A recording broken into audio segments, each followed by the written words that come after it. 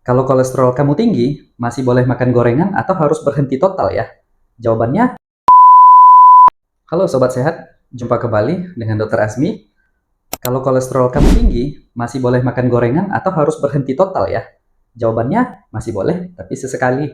Yang penting jangan menjadikan kebiasaan ini setiap hari. Gorengan bukan satu-satunya penyebab kolesterol tinggi. Yang perlu diperhatikan adalah pola makan secara keseluruhan, terutama jika jenis dan jumlah lemak yang dikonsumsi. Lemak jenuh dapat meningkatkan low density lipoprotein atau LDL, sedangkan lemak trans dapat meningkatkan LDL dan menurunkan HDL. Karena itu, lemak tidak jenuh lebih dianjurkan untuk menggantikan lemak jenuh dan transnya.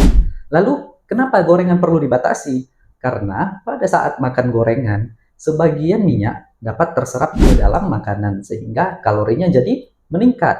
Kalau gorengan dimakan sering, porsinya banyak, dan ditambah makanan yang tinggi lemak lainnya, asupan lemak dan kalori sehari-hari bisa jadi berlebihan.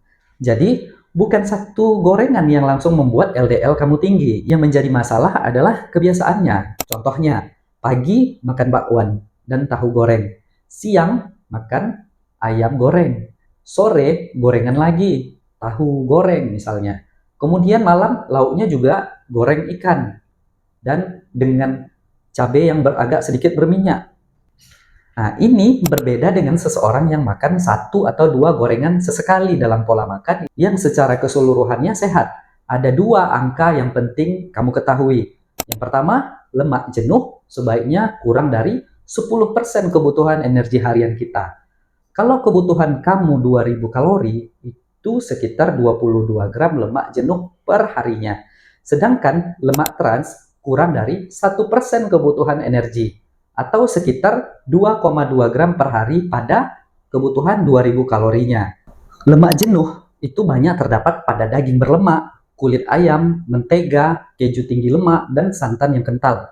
Jika dikonsumsi berlebihan, lemak jenuh dapat meningkatkan LDL tadi. Sedangkan lemak tidak jenuh banyak terdapat pada ikan, alpukat, kacang-kacangan, biji-bijian, serta beberapa jenis minyak nabati lainnya. Supaya mudah dibayangkan, lemak tidak semuanya harus dihindari. Bayangkan, kita sedang memilih bahan bakar untuk tubuh kita. Sama-sama lemak, tapi jenisnya memang berbeda. Lemak tidak jenuh lebih dianjurkan untuk menggantikan lemak jenuh, karena pola seperti ini membantu memperbaiki kadar LDL yang menurunkan risiko penyakit jantung. Jadi, yang kita lakukan bukan menghilangkan lemak dari makanan, tetapi mengganti lemak yang kurang baik dengan pilihan yang lebih sehat. Contohnya, daripada sering memilih daging berlemak atau kulit ayam, pilihlah ikan. Daripada menggunakan banyak mentega, bisa menggunakan minyak yang kaya lemak tidak jenuhnya, dalam jumlah yang secukupnya saja. Intinya, bukan tanpa lemak, tetapi pilih lemak yang lebih baik dan konsumsi secukupnya. Nah, WHO juga menyatakan lemak trans industri sebaiknya kita hindari. Jadi jangan hanya bertanya makanan ini mengandung kolesterol atau tidak ya, tapi perhatikan juga jenis lemaknya. Fokusnya lebih pada pola makan secara keseluruhan dan mengganti sumber lemak jenuh dengan lemak yang tidak jenuh. Lalu, bagaimana dengan minyak goreng?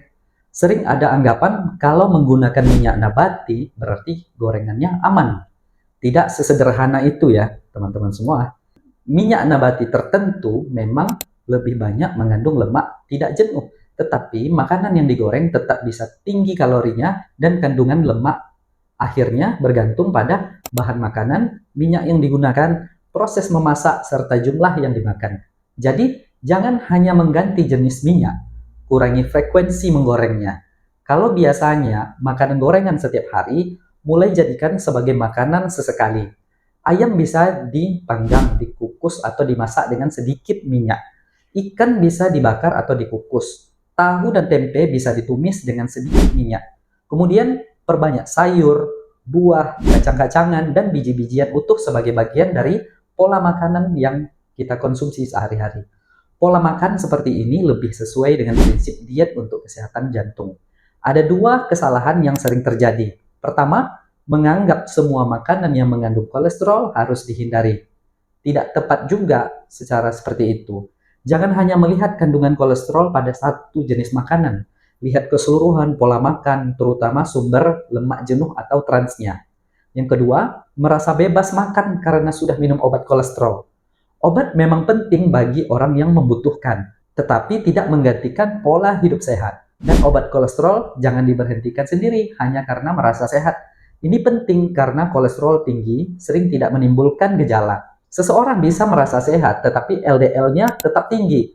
Karena itu, kalau hasil pemeriksaan kamu tinggi, jangan hanya melihat kolesterol total, perhatikan juga LDL, HDL, trigliserida, serta faktor risiko lainnya.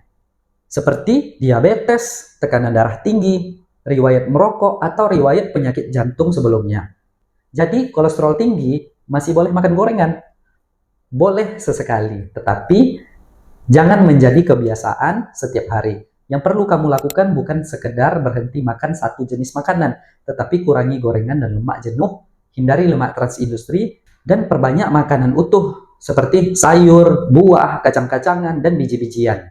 Yang menentukan bukan satu gorengan hari ini, tetapi pola makan kamu setiap hari.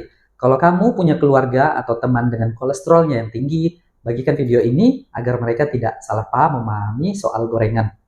Terima kasih, semoga bermanfaat. Salam sehat.